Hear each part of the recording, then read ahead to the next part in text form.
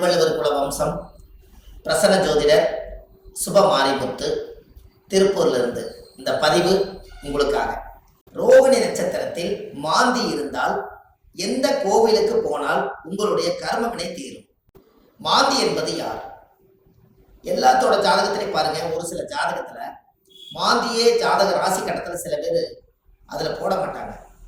சில கம்ப்யூட்டர்லேயே சிலதெல்லாம் வராது. ஆனால் மாந்தி பெரிய ஒரு அற்புதமான ஒரு மிராக்கலான விஷயத்தை காமிக்கும். ஏன் அப்படின்னா, சூரியனுடைய மகன் சனி பகவான், சனி பகவானுடைய மகன் மாந்தி. இந்த மாந்தி எதுக்கு அதிகமாக யூஸ் ஆகுதுன்னு கேட்டீங்கன்னா, இறப்பு தோஷத்துக்கு மாந்தி அதிகமாக முன்னோர்கள் எடுத்துக்கிட்டாங்க. அப்போ இந்த மாந்தி நிற்கக்கூடிய நட்சத்திரங்கள் எல்லாம் எப்படியெல்லாம் செயல்படுது அப்படிங்கிறத இந்த பதிவில் நம்ம பார்க்க போறோம்.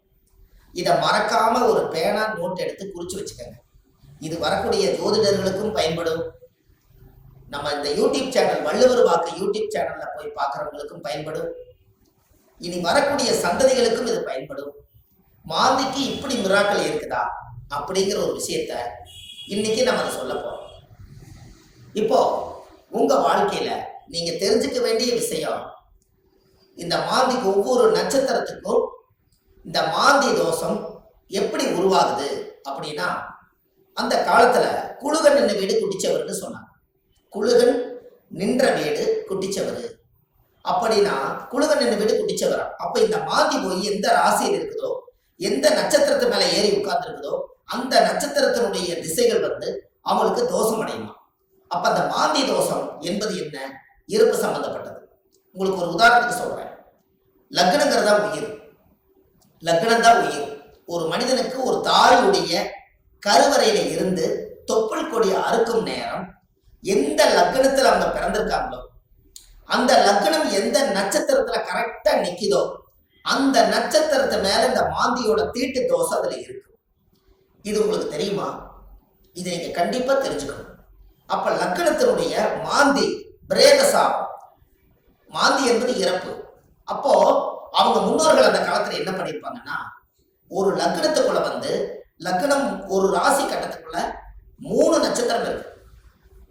இந்த 3 நட்சத்திரத்துல இப்போ ஒரு உதாரணத்துக்கு அசுவனி, பரணி, கிருத்திகை 1ஆம் பாதம், இந்த 3 மேச ராசியில இருக்குது. ஒரு உதாரணம். அதுல அசுவதி நட்சத்திரத்துல மாந்தி இருந்தா என்ன பலன், பரணி நட்சத்திரத்துல மாந்தி இருந்தா என்ன பலன், கிருத்திகை நட்சத்திரத்துல மாந்தி இருந்தா என்ன பலன், இதைத்தான் இந்த பதிவுல உங்களுக்கு சொல்ல போறேன். இது உதாரணத்துக்காக. அப்போ ஒரு நட்சத்திரம் அந்த ஜாதகத்துல நம்மளுக்கு கிடைக்க வேண்டிய நட்சத்திரம். அப்ப எந்த நட்சத்திரத்துல மாந்தி உங்களுடைய ஜாதகத்துல இருக்குதோ, அந்த நட்சத்திரத்தினுடைய திசை உங்களுக்கு தெரியும். உதாரணமா அசுவதி நட்சத்திரமா இருந்தா அவங்க கேது திசையில தான் அவங்க செயல்படுவாங்க. அப்ப ஜாதகத்துல எனக்கு என்னங்க அசுவதி நட்சத்திரம் கேது திசை நடக்குது, எனக்கு கேது அசுவதி நட்சத்திரத்துக்கு கேது திசை நடத்துறாரு, எனக்கு ஒரு பலனுமே நடக்கலைங்க அப்படின்னு நீங்க சொல்லவே வேண்டாம். அந்த அசுவதி நட்சத்திரத்துக்கு அதிபதி கேது இந்த மாந்தியோட சாபம் வாங்கி இருக்கிறதுனால அந்த திசை நம்மளுக்கு வேலை செய்ய மாட்டேங்குது. அப்ப அதை நம்ம சரிப்படுத்தினா தானே அது நிவர்த்தியாகும். அப்ப அசுவதி நட்சத்திரத்துக்கு கேது, கேது என்பது பாட்டியில பாட்டின்னு வருது. அப்ப பாட்டிக்கு ஈமகாரிய செலவு செய்யாம விட்டுட்டால், அந்த முன்னோர்களுக்கு ஈமகாரியங்கள் செய்யாம விட்டுட்டா, இறந்த முன்னோர்களுக்கெல்லாம் மூதாதிகளுக்கெல்லாம் செய்யாம விட்டுட்டா, இந்த நட்சத்திர சாபம் அந்த குடும்பத்துக்குள்ள போய் அந்த திசைக்கு யோகத்தை கொடுக்கறது இல்லை. அப்ப கர்மாவிலேயே மாட்டிக்கிறீங்க. அப்புறம் எப்படி மேல வரும்? அப்ப இதெல்லாம் அந்த காலத்துல முன்னோர்கள் குளிகை நின்ற வீடு குடிச்சவர்னு எதுக்கு சொல்லி வச்சாங்கன்னா, ஒரு வீட்டுல ராசி கட்டத்துல குளிகை நின்ற வீடு குடிச்சவர் சொல்லி வைக்கல. அவங்க சொல்லி வச்சதே குளிகன் நின்ற நட்சத்திரம் அந்த வீடு குடிச்சவர்னு வச்சாங்க. அந்த நட்சத்திரத்தினுடைய திசைகள் யாருக்கு வந்தாலும் இந்த மாந்தியோட சாபம் அவங்கள துரத்திக்கிட்டே. ஒரு உதாரணம், லக்னத்து மேலேயே மாந்தி நிற்குது. ஒருத்தருக்கு லக்னத்து மேலேயே மாந்தி, லக்னம் என்ற நட்சத்திரம் எதுவோ அதுவே மாந்தி. அந்த மாந்தி சாபம் இருந்தா அவங்க என்ன ஒரு அனாதிபாடி எடுத்து அடக்கம் பண்ணுனா அவங்களுக்கு அந்த மாந்தி சாபம் நிவர்த்தி ஆகுங்கிறது ஒரு நூல். ஏன் அப்படின்னா, அந்த லக்கணத்துக்குள்ள மாந்தி பிறக்கும் போது ஒரு தாயுடைய கருவறையில இருந்து மாந்தி என்பது நிலையா இருக்கிறது, ஒரு ராசியில ரொம்ப நாள் இருக்கிறது. லக்னம் என்பது 2 மணி நேரத்துக்கு ஒரு லக்னம் நகர்ந்து வெளியில வந்துடும். கரெக்டா அந்த பிரசவமாகி இந்த லக்னம் போய் கரெக்டா மாந்தியோட நட்சத்திரத்துல போய் கரெக்டா அந்த லக்னம் உட்கார்ந்துட்டால் இந்த லக்னம் வந்து தீட்டாய் போயிடும். இதுதான் அதனுடைய பரம ரகசியம். நம்ம அவங்களுக்கு பாருங்க, அந்த லக்னம் போய் நின்ற நட்சத்திரத்துல போய் அந்த தீட்டு விழுந்துருச்சுன்னா முகமெல்லாம் மாறிடும். முகம் அவங்களோட தேஜஸ் இருக்காது, ஒரு இருளன்ற மாதிரி இருப்பாங்க. என்னமோ ஒரு தோஷம் அவங்கள தாக்கிட்டே இருக்கும். ஒரு செயல்பாடு சிறப்பா இருக்காது. எந்த ஒரு காரியம் எடுத்தாலும் தடை, வீட்டு காரியம் எடுத்தாலும் தடை, தொழில போய் ஜெயிக்கலாம்னா தடை, திருமண வாழ்க்கையில நிம்மதியா இருக்கலாம்னா திருமணத்துல திருப்தி இல்லை, குழந்தை பாக்கியம் பெற்றுக்கலாம்னா குழந்தைக்கு ஏதாவது ஒரு உச்சங்கள், பூர்வீகத்துல போய் வாழலாம்னா பூர்வீகத்துல முன்னோருடைய சாபம். இப்படி வந்து இந்த மாந்தியுடைய நட்சத்திர தோஷங்கள் உங்களுக்கு அதிகமான முறையில இது கர்மாவா செயல்படுது. அப்போ முன்னோர்கள் அந்த காலத்துல இதுக்கு எல்லாமே கோவில் வச்சிருக்காங்க பாருங்க. இதுதான் ஒரு ஹைலைட். இந்த ரகசியத்தை சொல்லாம விட்டுட்டா கடைசி வரைக்கும் உங்களுக்கு தெரியாமலே போய் ஒவ்வொருத்தருடைய ஜாதகத்திலையுமே எந்தெந்த நட்சத்திரத்துல மாந்தி இருக்குதோ அதற்குரிய கோவில்ல போய் சுவாமிக்கு தேங்காய் பழம் பூமாலை கல்கண்டு வாங்கி அர்ச்சனை பண்ணி சாமி கும்பிட்டு வந்துட்டால் உங்களுடைய அந்த நட்சத்திரத்தினுடைய மாந்தி சாபம் அன்றோடு அது நிவர்த்தியாது. அப்ப இது ஒரு பெரிய அற்புதம் அல்லவா? இப்ப நீங்க தெரிஞ்சுக்கணும். அப்ப அந்த கோவிலுடைய வரலாறு எங்க இருக்குது, அந்த கோவிலை நம்ம எப்படி கண்டுபிடிக்கிறது, இந்த கோயிலுக்கு போறதுக்கு வழிமுறைகள் என்ன, இது எல்லாமே நீங்க தெரிஞ்சுக்கிட்டா மட்டும்தான் அந்த வாழ்க்கை உங்களுக்கு கரெக்டா செய்யணும்.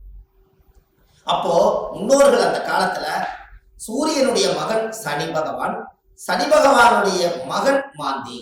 அப்ப அப்பாவுடைய பேரன் தான் நம்மளுக்கு மாந்தி தோஷமா வர்றாரு. அப்ப அப்பாவுடைய சொத்து பிள்ளைக்குத்தானா, அப்பாவுடைய பாவம் பிள்ளைக்குத்தானே.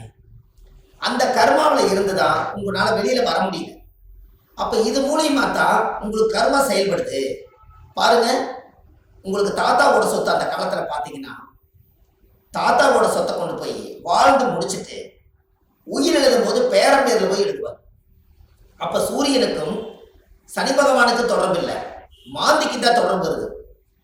அப்போ அந்த ஜாதகத்திலேயே அப்ப மாந்தி என்பது உள்வனை கர்மா. மாந்தி என்பது முன்னோர்களுக்கு திதி கொடுக்காம விட்டுட்டீங்கன்னா அது நட்சத்திரத்தினுடைய மாந்தி போய் அந்த தோஷம் அடைஞ்சிடும். அந்த திசைகள்ல நம்மளுக்கு சரியான பிரச்சனைகள் வந்து எல்லா கோயிலுக்கும் போயிட்டு வந்துட்டுங்க, எல்லா பூஜையும் பண்ணிட்டு வந்துட்டேன், எல்லா பரிகாரங்களும் சொன்னதெல்லாம் செய்திருக்கேன். ஆனா ஏன் எனக்கு வந்து ஒவ்வொரு நாளும் பலாபலம் மாறி வருது, எனக்கு எதுவுமே நடக்கலையே, இப்படி ஒரு கேள்வி பிறக்குது. அப்ப அந்த ஜாதகத்தை வாங்கி பார்த்தா நீங்க என்ன நட்சத்திரத்துல திசை நடக்குதுன்னு கேட்டா எனக்கு ஒரு நட்சத்திரம் அஸ்வினியில திசை நடக்குது, எனக்கு கேது திசை நடக்குதுங்க.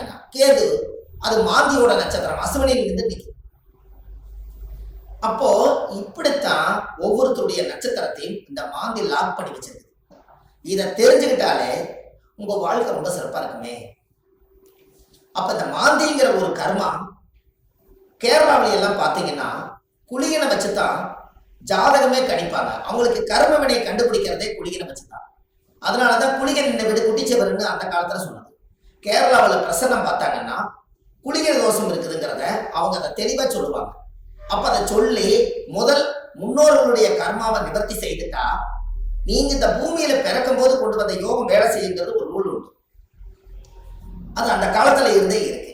நாம நல்லா யோசிச்சு பாருங்க, நம்ம போன ஜென்மத்துல செய்த பாவங்கள் இந்த ஜென்மத்துல கிரக அமைப்போட இருந்து நான் ஏதாவது ஒரு கஷ்டமா தான் நம்ம என்ன சொல்றோம், போன ஜென்மத்துல நான் என்ன பாவம் செஞ்சேன்னு எனக்கு தெரியலீங்க, ஆனா இந்த ஜென்மத்துல நான் ரொம்ப கஷ்டப்பட்டு போயிட்டேன், ஒரு காலம் கெட்டால் ஒரு காலம் நான் நல்லா இருக்கணும், நான் சம்பாதிச்சதுலயும் நிம்மதி இல்லை, வாழ்க்கையிலேயே எனக்கு நிம்மதி இல்லை, குழந்தை பெற்று பார்த்தா அது நிம்மதி இல்லை, கணவன் மனைவியோட வாழ்ந்து பார்த்தா அதுலேயே நிம்மதி இல்லை, எனக்கு இந்த ஜாதகத்துல ஏன் தான் நான் அந்த பிறப்பு வாங்கி வந்தேன்னு எனக்கும் தெரியல, அப்ப நான் எப்பதான் நான் நல்லா இருப்பேன் அப்படின்னு ஒரு கேள்வி பிறக்குது.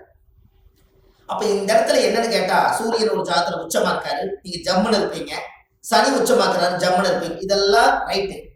ஆனால் இந்த கர்ம வினைங்கிறது ஒண்ணு என்னன்னா தாயுடைய கருவறையில இருந்து தொப்புள் கொடியை அறுக்கும் போதே இந்த பிரபஞ்சம் கொடுக்கக்கூடிய அந்த கர்மா தோஷம் தான் அந்த லக்ன தோஷமோ இந்த நட்சத்திரத்தினுடைய மாந்தி தோஷம்.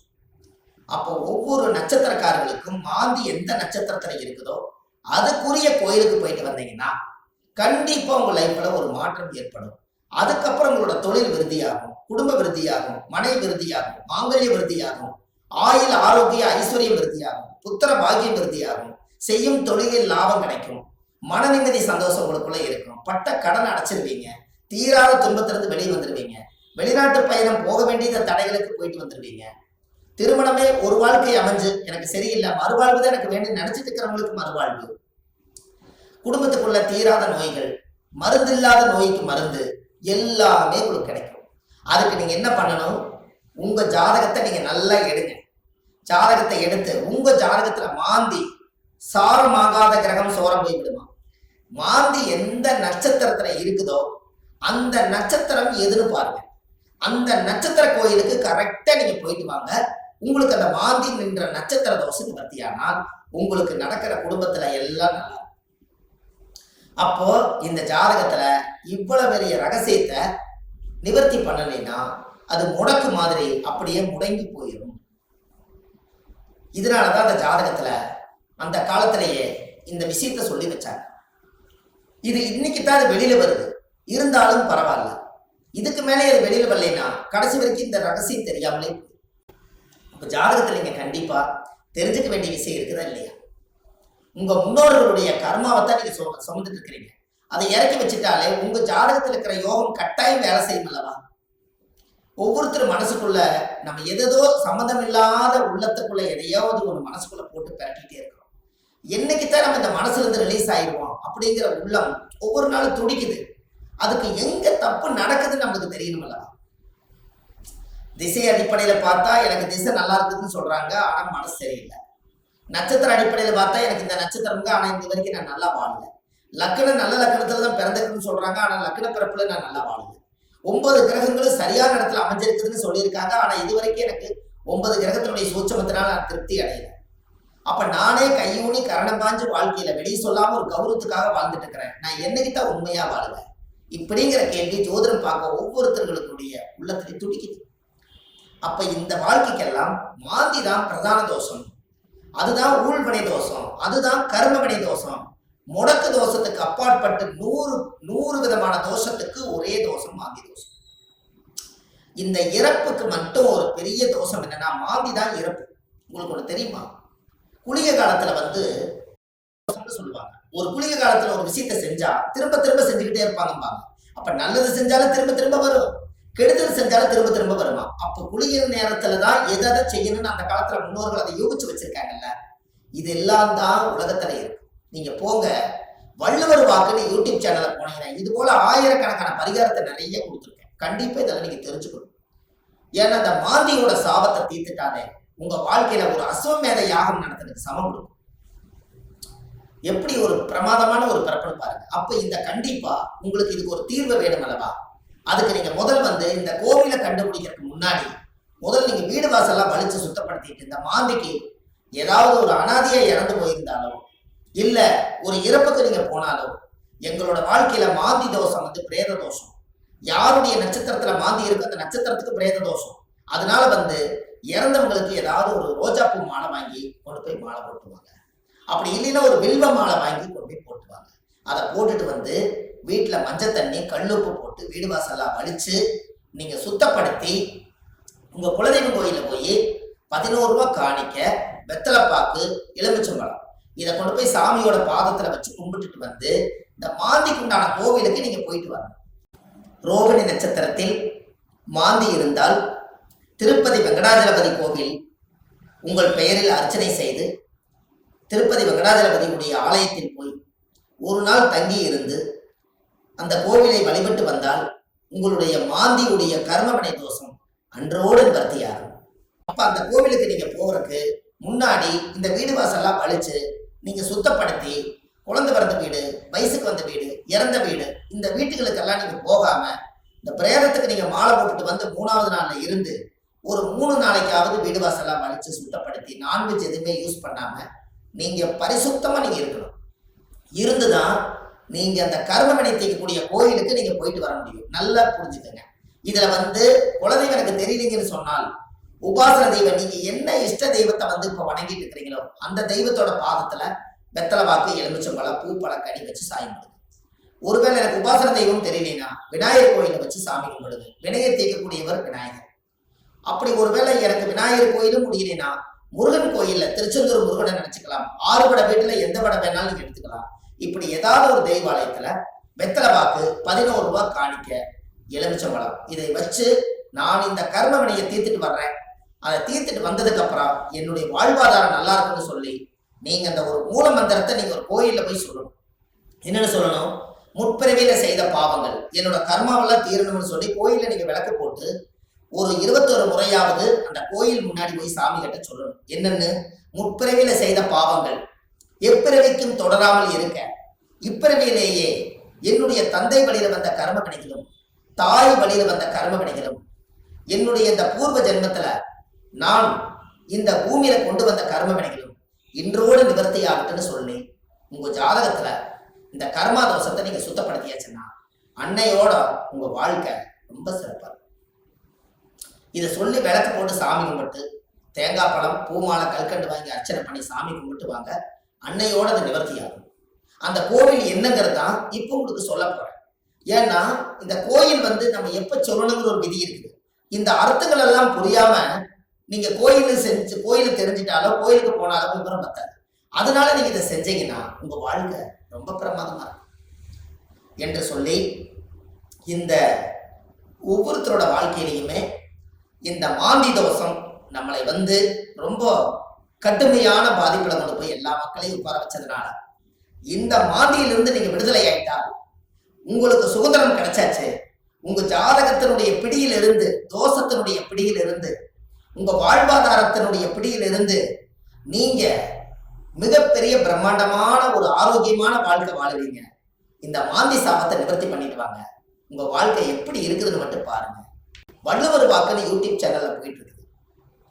ஆன்லைன்லயே நம்ம ஜாதகம் பார்க்கிறோம். Date of birth, time, place நீங்க கொடுத்தா போதும், ஜாதகத்தை கணிச்சு போன்லயே உங்களுக்கு சொல்லிடுறோம். இதுல உங்க ஜாதகத்துல கீழே போயிட்டு இருக்கிற நம்பருக்கு நீங்க ஒரு முன்பதிவு செய்து வச்சுக்கோங்க. இந்த மாதிரி 1000 பரிகாரங்கள் உங்களுக்கு எளிமையா கொடுத்துருக்கறனால இதை நீங்க ஒரு சப்ஸ்கிரைப் பண்ணுங்க. டெய்லி போடக்கூடிய வீடியோ உங்களுக்கு வந்துடும். அப்ப இந்த ஒரு சூட்சமத்தை இன்னைக்கு இந்த மாந்தி தோஷத்தை நிவர்த்தி பண்றதுக்கு கட்டாயம் உங்களோட வாழ்க்கையில ஒரு மிகப்பெரிய ஒரு மாற்றத்தை நீங்க ஏற்படுத்த போகுது. அப்ப என்னென்ன நட்சத்திரத்துல மாந்தி இருந்தால் இந்த கர்மதோஷம் நீங்கிறத 27 நட்சத்திரத்துக்காரர்களுக்கும் இந்த வீடியோவை நான் உங்களுக்கு பதிவா கொடுக்குறேன். ஒவ்வொரு நட்சத்திரக்கார 27 நட்சத்திரத்துல யாராரு இந்த உலகத்துல எந்தெந்த நட்சத்திரத்துல நீங்க பிறந்திருக்கீங்களோ அந்தந்த நட்சத்திரத்துல போய் அதுக்குரிய கோயிலுக்கு போய் வழிபாடு பண்ணிடுவாங்க. கண்டிப்பா உங்க வாழ்க்கை நல்லா இருக்கும். அதுக்காக இந்த பதிவை கொடுக்குறேன். பாரம்பரிய திருவள்ளுவர் குல வம்சம், பிரசன்ன ஜோதிடர் சுப மாரிமுத்து, திருப்பூர்ல இருந்து. நன்றி, வணக்கம்.